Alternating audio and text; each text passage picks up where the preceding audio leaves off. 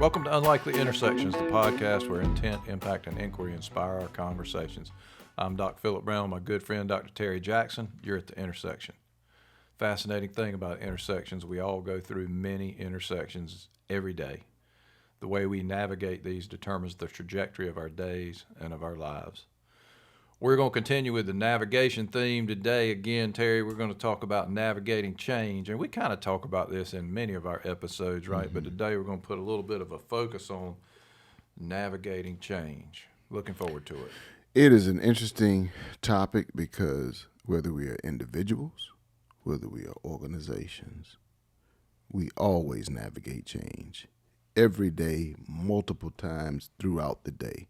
We probably don't think about it as navigating change. But guess what? My employer tells me that my regular hours are 9 to 5 and they need me to work until 7. So that automatically tells me that I probably have to call home, make some certain arrangements around certain things, because if they need me until 7, I have to deal with that change. I go to the grocery store and I'm looking for lemons and apples and all different types of fruits and vegetables, and all of a sudden, they don't have one or two. So now it puts me in a state of change. I have to either figure out where I'm going to get the items that they don't have or go without. And so now I've changed my mind. I've changed my purpose for going. I have to figure out an alternative. It happens to us every day. I wake up, I'm in a good mood, I put my feet on the floor, I get a little tweak in my ankle. Oh, man. How did I do that? All I did was sleep. My ankle's a little swollen, so I can't put on this pair of shoes. I probably got to give the doctor a call and kind of get an appointment. With today's schedules, it might be a week before I can see the doctor, right? But I'm trying to figure out. So my whole day has been thrown off because I woke up in a great mood, but then I put my feet on the floor and now I got a little tweak in my ankle and I'm not quite so sure where it came from. Some people will say it's age, but aging is changing, right? So we deal with change all the time. It's just how do we respond to it? Fascinating thing for me is, our ability to adapt is almost unlimited. Yes. Once we recognize that it's got to happen. That's the tricky part, though, because sometimes we see ourselves or other people really get stuck, right? And we've set up this set of conditions that has to be met for us to be okay. But it's false, right? It really doesn't have to be that way, but we just think it does. Mm-hmm. And to the extent that we stay in that place and we're stuck saying these conditions aren't met, I'm not okay, we can't really make progress. So to me, navigating change always starts with a single first step of recognition. You have to recognize that the change has happened and that it necessitates a change in my thinking and my behavior. Mm-hmm. Now, in order to get there, not only do I have to recognize it, but I have to accept things as they are. I have to accept that this set of Dr. Philip Brown rules that I had that really were required for the world to spin like it's supposed to, that's not really the way it is, right? Mm-hmm. That's just my model. That's right. And I have a wide bandwidth of available skills to navigate something differently, but I have to change my model. That's right. In order to fit the reality. All of our models changed during the pandemic, and still are, because my understanding it's on the rise again, and so now people are going from not wearing masks to wearing masks to going back to wearing masks. The booster shots that are all following the initial vaccinations, how life has changed from working to engaging with people. It's just amazing, and being aware of all of that. Change has always been a part of our lives. I think the pandemic probably brought about a more heightened awareness of what it is, right? To change and to be agile. But it's always been there. Every day we wake up, there's something different about us.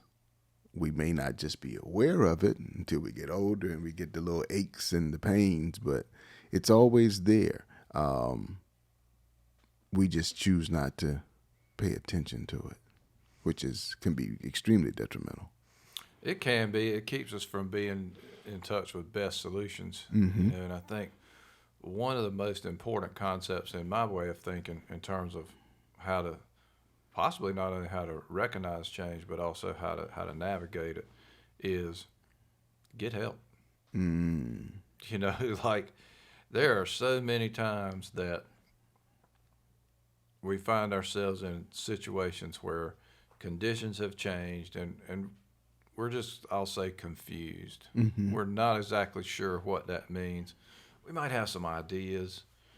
They're definitely incomplete. We're not sure if they're viable. That's the perfect time to get some help from other folks, and that doesn't matter whether you're in a personal context or a business context. Having trusted folks around you that you can work through issues with through conversation is crucial. I would agree. You call it I guess, your personal board, right? Someone who's going to tell you what you need to hear but may not want to hear, who's going to be 100% authentic in their conversation with you. And then you have to have the willingness and the ability to be able to accept what they say. Ponder it and then develop some type of solution. But that acceptance is key because we oftentimes look at ourselves a particular way, but when we ask our closest friends, to be brutally honest with us, and they give their perception, it's like, okay, let me put this in the mix of what this solution should look like for me to move one way or the other. Yeah, I think, you hit on something there that really made me think about what it means to be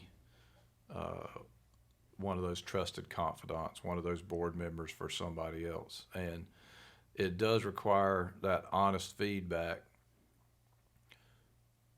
What it doesn't involve usually is telling that person what you think they ought to do. That's right. Right? That's just world according to you going back. The idea really is to give people things to think about that maybe they don't have a vision to based on their current level of thinking. And a lot of times that's really through questions, right? It's not through advice as much. I mean, sometimes it arrives to you as a question of what should I do or what do you think? And that's almost a trap as the advisor, because what really needs to happen is you as the advisor need to be able to work to get the other person to provide their own answer, because that's where the answer really is. The answer is for them. Now, you may have information as the advisor that they need, so providing information is a lot different than providing answers. Yep, I would agree. And something's very interesting that I just thought about, and I think we were on this call together, and Dr. Rao said at some point in time you become your own guru, which means at some point in time you can begin to question yourself objectively around, as I think one of the questions you like to ask. So who's asking? And you're asking yourself that. So which of me is asking? What role is it that I play that's asking, right? And so it's great to have the outside sounding board, a friend or board members who can ask those questions. But it's even more powerful when you can ask those questions of yourself. Absolutely. Absolutely. And it starts with like, you know, it starts with, you know, who's uncomfortable with this? And as you answer that question, then you can ask other questions about, you know, why is this uncomfortable? You know, what makes this not okay? And eventually, you know, it gets you to fundamentally different ways of thinking. It gets you to a place where the answers present themselves. And I think, you know, I've heard you talk about this on various episodes where, you know, all of a sudden you find yourself, based on the type of thinking that you've been doing, the type of self-work, that multiple different opportunities just begin to present themselves. And it's not a situation that those opportunities may not have been there before. It's just that you may not have been able to see them in the same way. That's right. That's right. I heard someone say, opportunity always presents itself. Sometimes we just can't see it. It might be dressed up in overalls one day. It might be in a 3-piece suit. But if we can't see it, then we just can't see it. But opportunities, you know, you hear people say, all opportunities only come once in a lifetime. No, they don't. They come every day.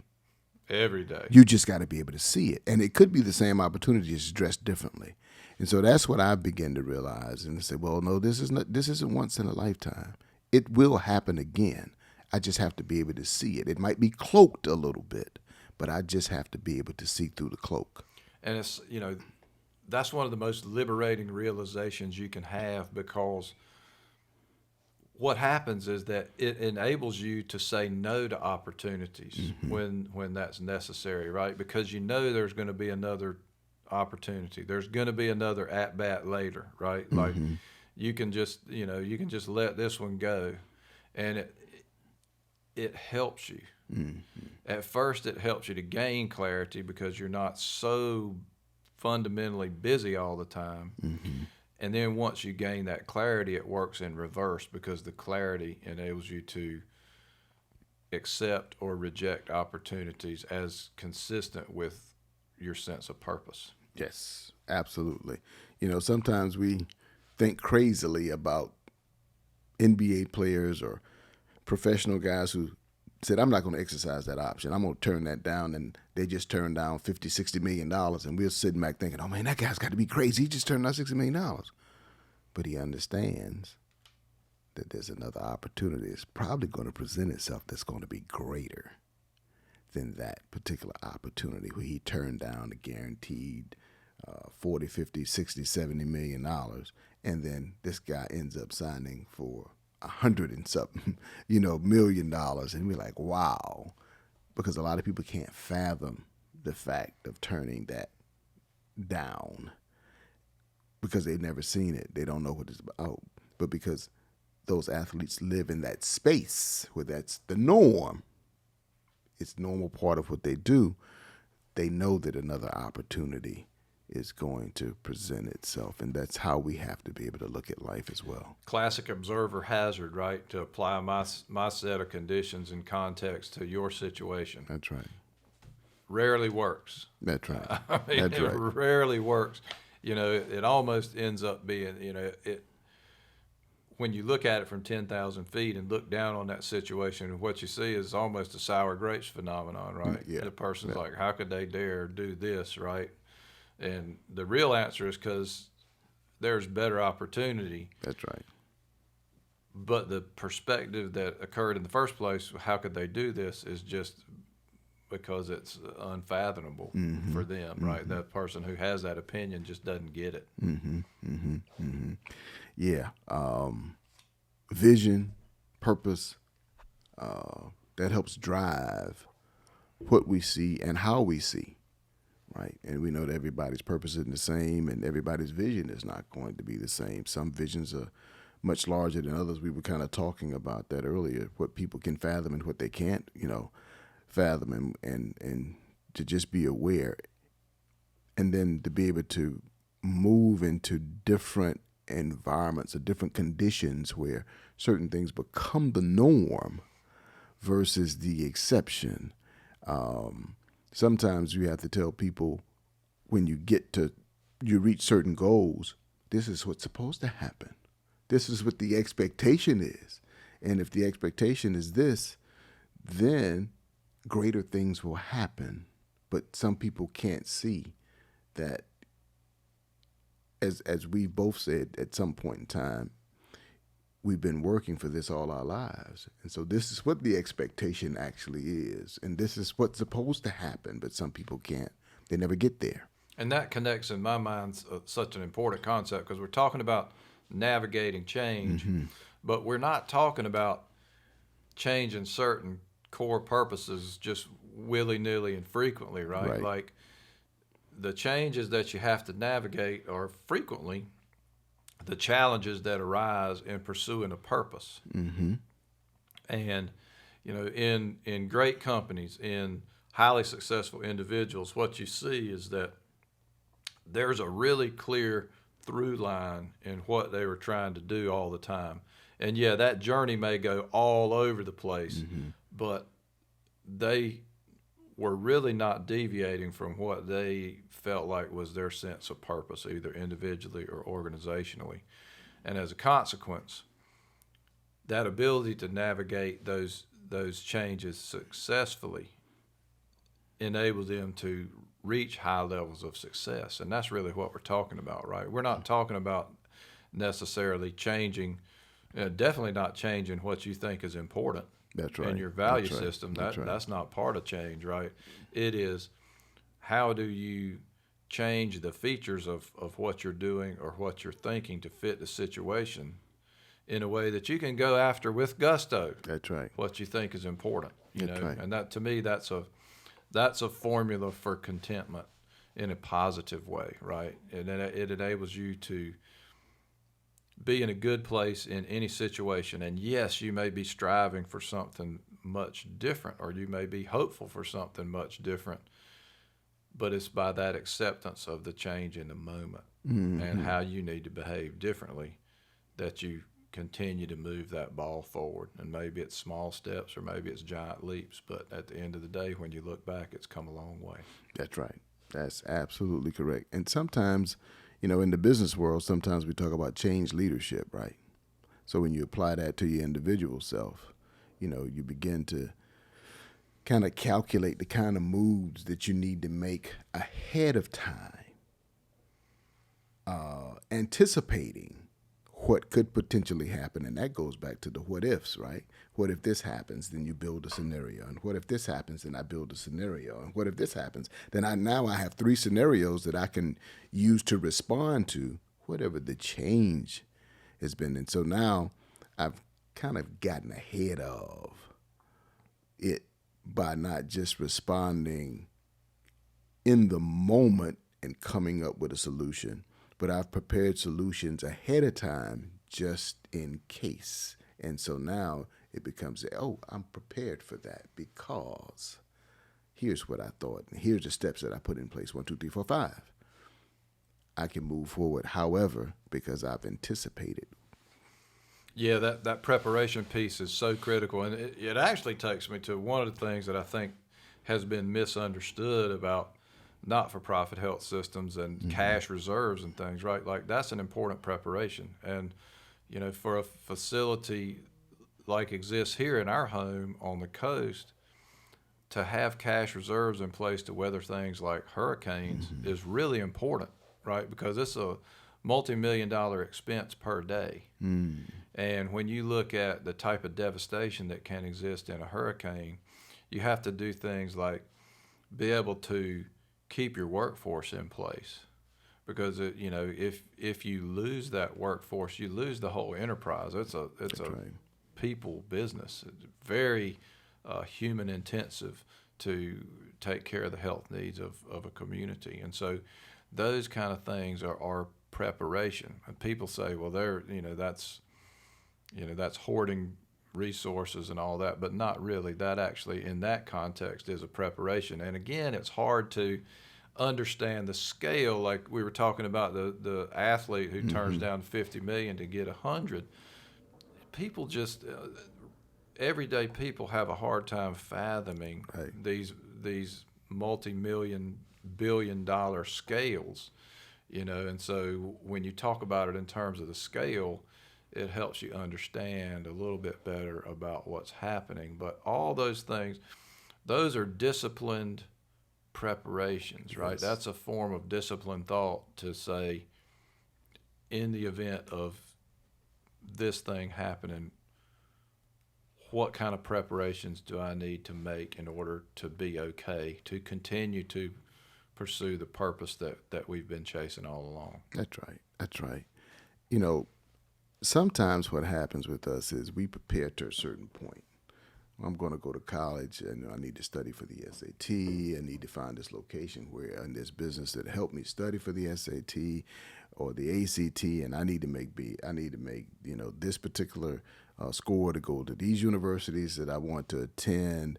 And then we do all that preparation and we get to school, and it's like we get the degree, and for some people they just all of that preparation they don't apply to their everyday life with things that they're doing.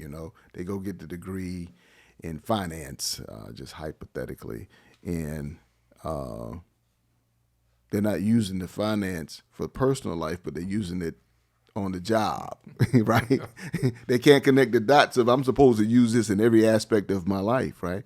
Or you get a project management certificate in you use it on the job, but you don't use it to paint the house because the project of painting the house is a project, right? And so you use the same skill set, right? You plan it out the same way. You go cost everything, and it's quite interesting how a lot of people don't use that quote unquote expertise they learn in school, that degree, that certification, and don't apply it personally. Yeah, that reminds me one of the most, I think, rewarding type of experiences you can have is when everything is consistent. So if you find yourself in a situation where, your work is consistent with your values, is consistent with your home life, is consistent with your hobbies, and everything is flowing, in parallel like that. Those are very grace-filled times of life, and they don't, like there will be frequent changes that get plugged in there that kind of get in the way, and you have to navigate those. But I can think back vividly to times where it seemed like everything was aligned, and and those were just such. I call them grace-filled moments of life, and it was around, one of the ones that I really remember vividly was in the aftermath of Hurricane Florence, and how all the things were truly aligned, right? Like as a health system, we were trying to take care of people's health and well-being. These were our friends, neighbors, and family. Everybody was pitching in together and working in novel ways, and there was massive change at that time, right? But it wasn't a minus in the sense of taking us away from our purpose. It actually was fuel to our purpose because we had different challenges, and you had kids were out of school for, I want to say, 3 weeks. It was a long time. And so engaging them in some of the community work and we saw it through our whole organization is that families were coming in to be part of the greater good efforts that we were trying to make as a health system. And it was just a truly, truly remarkable period of life. And then you kind of get back into the, what you'll call the next steady state. I don't like to say back to normal because it never quite gets back to the same thing, or probably shouldn't, and then you have to figure out, okay, well, where does my energy come from now? I've just had this mountaintop experience, and how do we keep the energy in the organization? How do we keep the energy in the family? How do we keep the energy in ourselves? And that's our challenge. And if we're not disciplined about how that process needs to go, then we'll find performances that just go up and down like a sine wave, and that's really our challenge, I think, in leadership is, everybody is going to find situations where they rise to the occasion of a particular challenge. But how do you not mess up the easy plays, right? How do you keep the rigor for the compulsory rounds of whatever you're trying to do? Because you'll never, if you lose to, if you're the top seeded team and you lose to the bottom seeded team, you're never winning the championship. That's right. Right? There's no way in the world you should have lost to them, That's but right. you just came out, you laid an egg, you didn't have your good enough stuff, because it didn't take your best to beat them necessarily. Right. You just basically just really dogged it. Yeah. I remember having an experience like that playing baseball in the 8th grade, man. When we were crushing everybody, but there was something about the field that particular day when we went out there in baseball. Something. Coach Howard was our baseball coach. There was something about it. And we ended up losing to this team 11-0. And nobody could understand it. And when that team gets together today at reunions, we can never figure out what it was. We lost on a Tuesday 11-0. We came back and beat them 22-1 on that Thursday. We never figured out what happened, what was in the air on that particular Tuesday, because that was the worst loss that any of Coach Howard teams have ever had. Somebody we beat on Thursday 22-1, and they beat us 11-0 2 days before that. So that change was difficult to navigate because we had never had that kind of experience before. We always won the championship. But there was something there that particular day. And you're not supposed to lose like that, but we did. But we responded positively, and we came back, and we won on Thursday to prove that we were a better team. And we should have won the game that we should have won, because that's what great teams do, right? They win the game they're supposed to win. They don't lose to those that they're supposed to defeat, right? And then there's certain things in life as individuals. There's certain things that we're supposed to do, and we're supposed to go through, and we're supposed to prepare for. And for those who do and prepare well, they succeed, they achieve. For those who don't, it's like taking a test. You study pretty decently, you should do decently and pass. I was telling a friend the other week, I said, are you interested in the grade point average, or are you interested in the degree? I said, because you can have the grade point average, that's great, but nobody's going to ask you what your grade point average is when you're a surgeon. Because there's a spectrum, right? The thing, you just want to be board certified, which means you're good enough. You're board certified. You're good enough to be the surgeon, right? Does it matter if you had a 4.0? No, it doesn't. And I go back to the example of FedEx.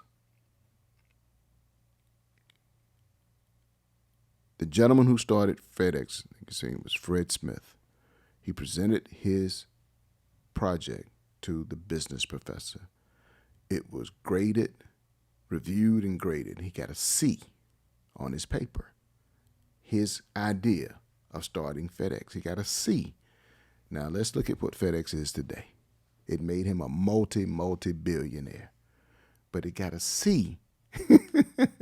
So that tells you about perspective. It talks to you about change. It actually speaks to the actual application of an idea and how the professor saw it, how Fred saw it. Now, Fred's son is the head coach for the Atlanta Falcons football team. There's a lot of change involved in all of that. There's a lot of navigation involved in all of that. Just to speak to FedEx alone, all the moving parts, right? But he was given a C on his paper, which turned him into a multi-billionaire. That says a lot about people's vision. people's perception, people's discipline. Because Fred had the discipline. He could have been discouraged with the C, but he had the discipline to start FedEx and for it to become what it's become today.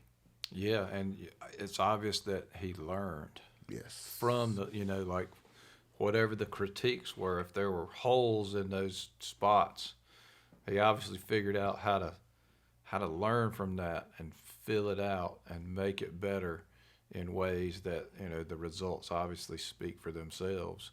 And that, I think, is frequently our challenge, is that,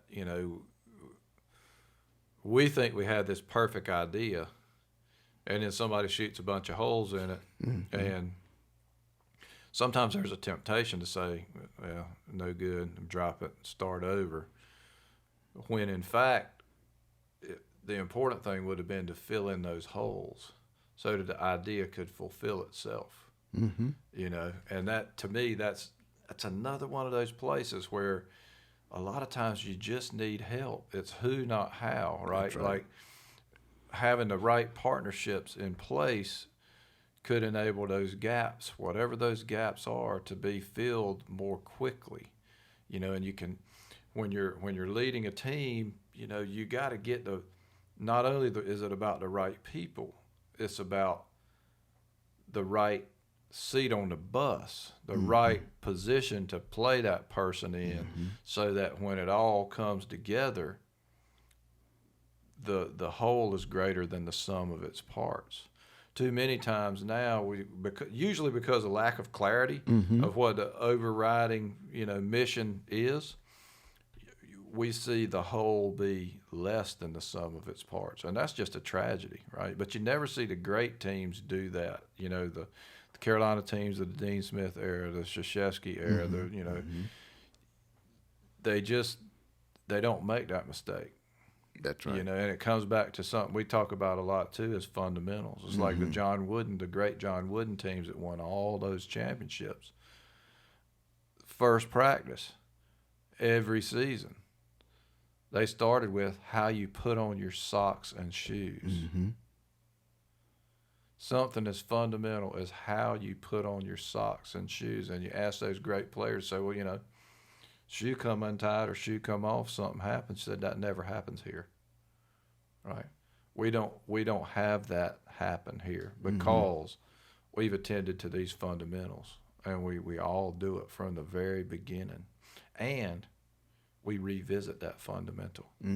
There's no substitute for revisiting fundamentals. One of the coaches I've had over the years and interacted with for a long time, that was his thing. He says, no matter what level you're coaching, you're obligated to teach fundamentals. So you have to teach the fundamental. You have to tell them what you told them, tell them what you told them, and then repeat and practice this all along. And the same thing holds true in so much of business. It is about the discipline to always execute on the fundamentals. That's right. That's right. There's a lot of people who want to usurp the fundamentals, right? But the fundamentals don't change. I can just think about the cellular phone, right? We know what a phone is. Phone is, we pick it up, we dial a number, we call someone. To communicate. Now, we can use that phone to listen to music, to send texts, to send emails, for video. But at the end of the day, the fundamental is still communication. Human communication, right? For the most part. And yes, it's easier than ever to make a phone call. Yeah, that's right. You can make it from anywhere. That's right. That's just right. about. I mean, That's as long right. as you got a signal or whatever. But that fundamental got subtly enhanced, and all these other things got added to it. That's it. All along That's the way. right. So and that's how it can work, as long as we continue to attend to those fundamentals. Discipline. That's right. The fundamental is the fundamental. All we have to do is study what Warren Buffett has done around fundamentals. It's done pretty well. He's done it very well. And a lot of people are happy that he stuck to the fundamentals, right? Yeah, yeah. And, the quest for understanding that he has is something that's always been amazing to me, because That's what he won't do. He won't make investments in things that he can't understand. And then once he understands it, he has a fearlessness about how deep that investment goes. You know, if he believes in it, if it makes sense to him, and it just churns. How fundamental is understanding, right? That's what we try to get to the bottom of in everything that we do. We're trying to understand. One, we have awareness, and then we want to seek understanding so that we'll know, right? That's behind everything that we do in life. So that particular fundamental of understanding, it just goes to show that the fundamentals don't change. People want to talk about it and listen to the Gen X's and all that, and they talk about all this other stuff. And I'm like, well, what's at the very root of that? Because we get so enamored with the bells and the whistles that we forget to understand what's at the root, and what's at the root is the fundamental of it all. Great basketball player went into the Hall of Fame the other day. They called him the big fundamental. Tim Duncan. Yeah, and that's only because bank shot left, bank shot right, hook shot. You don't see many young guys trying to bank it off the glass. They want to make that jump shot 15 feet straight in through the net. When you might be at an angle, and it might be better to use the backboard to bank the shot off to try to score. But a lot of what I see today in professional football and basketball, the fundamentals just weren't there. They're not there. Yeah, you know, the other one that incredible at fundamentals, and people don't realize it because there's so much athleticism and acrobatics, is Michael Jordan. Yes. You know, so all those Defensive Player of the Year awards is because he was never out of position. That's right. That was just discipline. Yep. Right? You know, and then you add that aptitude on top of discipline, you got something really special. And that's the message, I think, you know, for all of us, is that, you know, aptitude added to discipline is where you really get performance. Mm-hmm. Yep. The ability to act on what you know you need to do. I have the aptitude, so I know what I'm doing. Now I can act on it effectively in order to accomplish it. And that's the key. Yeah, the whole, you know, navigating change to me is a fascinating paradox, because it's there has to be a healthy tension between change and constant core fundamentals. Mm-hmm. You know, and you never want to really get into a situation for change's sake. Mm-hmm.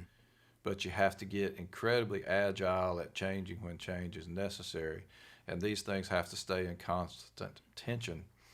And the better the tension you have, the better your performance will be usually, and that requires a team that can see. Mm-hmm. Right? Each member doesn't have to see the whole picture, but you got to have members who together can see the whole picture, and then you got to have rigor about how you work through what comes next, because what comes next is really important. Mm-hmm. You know, it's interesting because in sports, you know, we have halftime. We know that more than likely there's some team that, you know, they either won the first half, or maybe it's a tie score. But the ability to see and go in at halftime and make the necessary adjustments, the changes, so that you can get ahead is what's key. And that's what people pay attention to with coaching, right? And so as we coach ourselves throughout the day, and we get to a halftime, we get to lunchtime, maybe the morning wasn't as good as we needed it to be, right? We need the evening to be better. Well, you sit down with self at lunchtime and you make the necessary adjustments so that the evening can be better than the morning. That's what teams do all the time. So that lunchtime gives us the ability to sit, hopefully reflect, whether in silence or not, and become, as Dr. Rao would say, our own guru to make those necessary changes for after lunch. That's the constant process, right? So if you can speed that up, right? If you can speed that up and have that awareness all along, you know, if things seem a little bit off, right? You're aware of it. You look at empirical evidence that's all around you. Mm-hmm. You engage a little bit of paranoia around, okay, what am I missing? What if this is this happening that I was worried about, or is it something else, right? And engage that core discipline about fundamentals. Most times you're going to be okay. That's right. A lot of times you're going to be exceptional. That's right. And what you just mentioned is of extreme importance. There are people who tell you, well, this is my process to get things done. Okay, I understand and respect your process. But when the time comes, can you expedite your process? Can you speed it up if the times call for speeding up the process? Can you do that? Or can you slow your process down? Right? That's the magic of being able to truly navigate change. Is I can speed my process up, my decision-making process, or I can slow it down.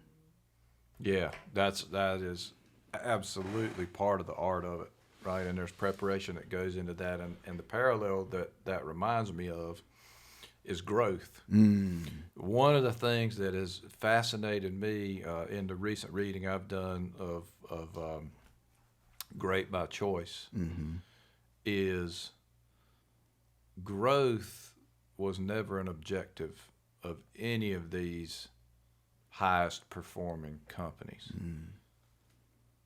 Growth for growth's sake would not appear anywhere. But what you would see is that their growth happened basically organically. It happened based on what they were rigorously pursuing along the way. And then the answers became so evident when it was time to grow that it was an obvious choice for them. And we see that mistake, I think, right now in the entire healthcare industry right now. There's this massive consolidation. It's grow, it's be bigger, lots of things. And what's getting left behind are some of the fundamentals, right? Like, so if you're not able to execute well on what you're supposed to be doing for the population you're taking care of, you got to be really cautious about growth, because it's not going to help that problem. That's right. It's going to provide different stresses to that problem.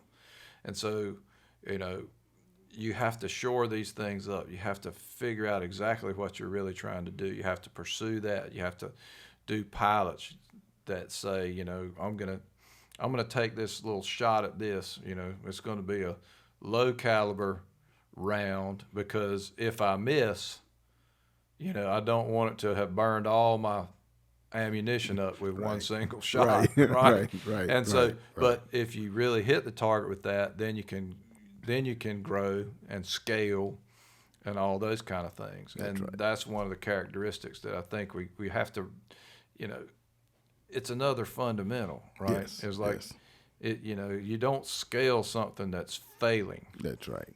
You know, but there's a tremendous, it's a haymaker philosophy, right? Like, if we just do this, it's going to suddenly make everything right in the world. Well, probably not. If I've got these deficiencies, they may be amplified. That's right. Best case, they may be the same. That's right. That's right. That's right. And some people don't understand that. I'm going to say this, and some people may not get what I'm going to say. But just because your organization is profitable doesn't mean it's successful. Absolutely. And so some people look at the profit and say it's success. But if the fundamentals are not there, if the infrastructure is not there, that short-term success you may have had in profitability could turn into a long-term loss for the mere fact that you don't have the fundamentals and you haven't prepared for success. It just happened. The one-hit wonders, I would call them, right? Yeah, there's plenty of one-hit wonders in life. Well, and that's the thing too, is, you know, that's where good can be your enemy, right? And if you fall for that, you know, maybe it's your profitability that you're looking at, right? Maybe it's your cash flow or your operating margin, however your organization tends to look at it. And all of a sudden that looks okay, and you think you're okay. Well, you may or may not be, because you got to look at all the other things. Those are the fundamentals, right? Like, you know, did this happen as a consequence or of what I was doing, or did this happen despite what I was doing? That's right. And it just looks okay. It gives me a false sense of security. That's where, you know, leadership really comes in, because there's got to be that constant questioning, that constant paranoia of, you know, what might happen, or did I interpret this right? You got to get help. One person's not going to figure it out in today's complex world very often. If they do, they almost certainly won't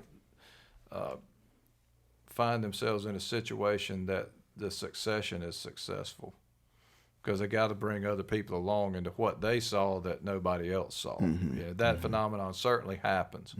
But more commonly today, because of complexity, it's that the pieces of the puzzle got put together by multiple different people on that leadership team. And that, you know, I think that's what you're seeing more and more, why there's such a premium on level 5 leadership. Yep. That's you know, level 5 leadership is where a lot of people,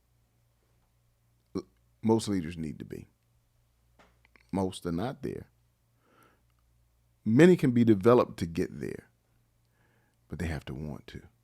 They have to understand the greater good, what the real purpose is, right? They have to understand, most importantly, that they're just a vehicle to help the organization get there. That's right. That's the ultimate thing, is that it's not about them. Kind of reminds me of Ted Lasso and the way it wrapped up. And spoiler alert, because, you know, it's over now. It's been over for quite some time. So if you haven't seen it, that's on you, but don't listen. But, you know, Trent Krim writes the book about that season, about the season where they transcend that performance. And the original title is The Lasso Way. And when Trent gives it to Beard and Ted to review before it's published, you know, Beard has a bunch of comments. He's a technical guy. Ted says, "Trent, this is great. I loved it. One suggestion." So change the title. It's not about me. It never was. And so when the book comes out, it's actually called The Richmond Way. And it's because it was never about Ted, the central character in the whole thing. That's right. And in a way, Ted Lasso is a story of level 5 leadership. And it's really fun to watch. I think there's going to be tons of business school cases built on that in the coming years. And it's a fascinating thing, that you can take something that is as silly as an American football coach being hired to, you know, coach a soccer team across the big pond, and make a leadership primer out of it. Yes, it's just we grow up in a society where they make us think that it's about us, right? The me, the I. But as we grow, as we mature, and we kind of get an understanding of this thing, we're just a cog, right? A very small cog in the wheel, here for a very short period of time. And it seems like that time goes fast. And we are just a vehicle in which whatever it is we achieve in life, it came through us. It didn't happen because of us, but it came through us, and that's what we have to be mindful of. Yeah, not for us, not That's because of us, That's right. not by us. We're just part, and a little small part. Well, man, I've enjoyed this conversation, navigating change. We hope we've helped some folks get some things to think about anyway. That's right. I know I've got some things to think about, probably took a few notes. If you guys want to catch us, then we are at unlikelyintersection.com, or we're on Facebook at Unlikely Intersections, or on YouTube at Unlikely Intersections.